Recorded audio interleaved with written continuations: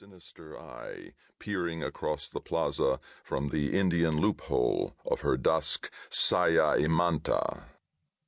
It might have been but a deception of the vapors, but the longer the stranger was watched, the more singular appeared her maneuvers. Ere long it seemed hard to decide whether she meant to come in or no, what she wanted or what she was about. The wind, which had breezed up a little during the night, was now extremely light and baffling, which the more increased the apparent uncertainty of her movements.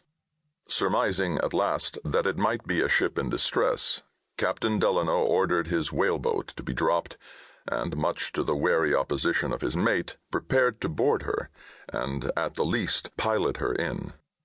On the night previous, a fishing party of the seamen had gone a long distance to some detached rocks out of sight from the sealer, and an hour or two before daybreak had returned, having met with no small success. Presuming that the stranger might have been long-off soundings, the good captain put several baskets of the fish for presents into his boat, and so pulled away. From her continuing too near the sunken reef, deeming her in danger, calling to his men, he made all haste to apprise those on board of their situation. But some time ere the boat came up, the wind, light though it was, having shifted, had headed the vessel off, as well as partly broken the vapors from about her. Upon gaining a less remote view, the ship, when made signally visible on the verge of the leaden-hued swells, with the shreds of fog here and there raggedly furring her, appeared like a whitewashed monastery after a thunderstorm, seen perched upon some dun cliff among the Pyrenees. But it was no purely fanciful resemblance which now for a moment almost led Captain Delano to think that nothing less than a shipload of monks was before him. Peering over the bulwarks were what really seemed, in the hazy distance, throngs of dark cowls, while fitfully revealed through the open portholes other dark moving figures were dimly descried, as of black friars pacing the cloisters.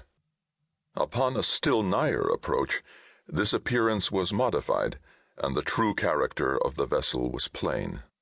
A Spanish merchantman of the first class, carrying Negro slaves, amongst other valuable freight, from one colonial port to another.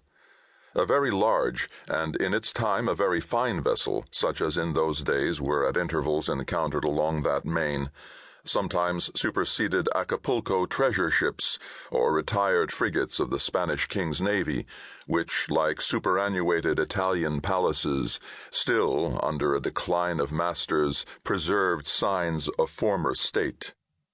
As the whaleboat drew more and more nigh, the cause of the peculiar pipe-clayed aspect of the stranger was seen in the slovenly neglect pervading her.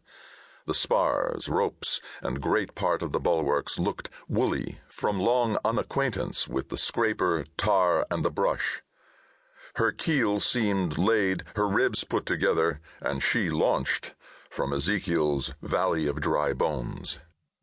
In the present business in which she was engaged, the ship's general model and rig appeared to have undergone no material change from their original warlike and Froissart pattern. However, no guns were seen. The tops were large, and were railed about with what had once been octagonal network, all now in sad disrepair. These tops hung overhead like three ruinous aviaries, in one of which was seen perched on a ratline a white noddy, a strange fowl, so called from its lethargic somnambulistic character, being frequently caught by hand at sea. Battered and mouldy, the castellated forecastle seemed some ancient turret, long ago taken by assault and then left to decay. Towards the stern, two high-raised quarter-galleries, the balustrades here and there covered with dry, tindery sea moss, opening out from the unoccupied state cabin, whose dead lights, for all the mild weather, were hermetically closed and caulked. These tenantless balconies hung over the sea as if it were the Grand Venetian Canal. But the principal relic of faded grandeur was the ample oval of the shield-like sternpiece, intricately carved with the arms of Castile and Leon, medallioned about by groups of mythological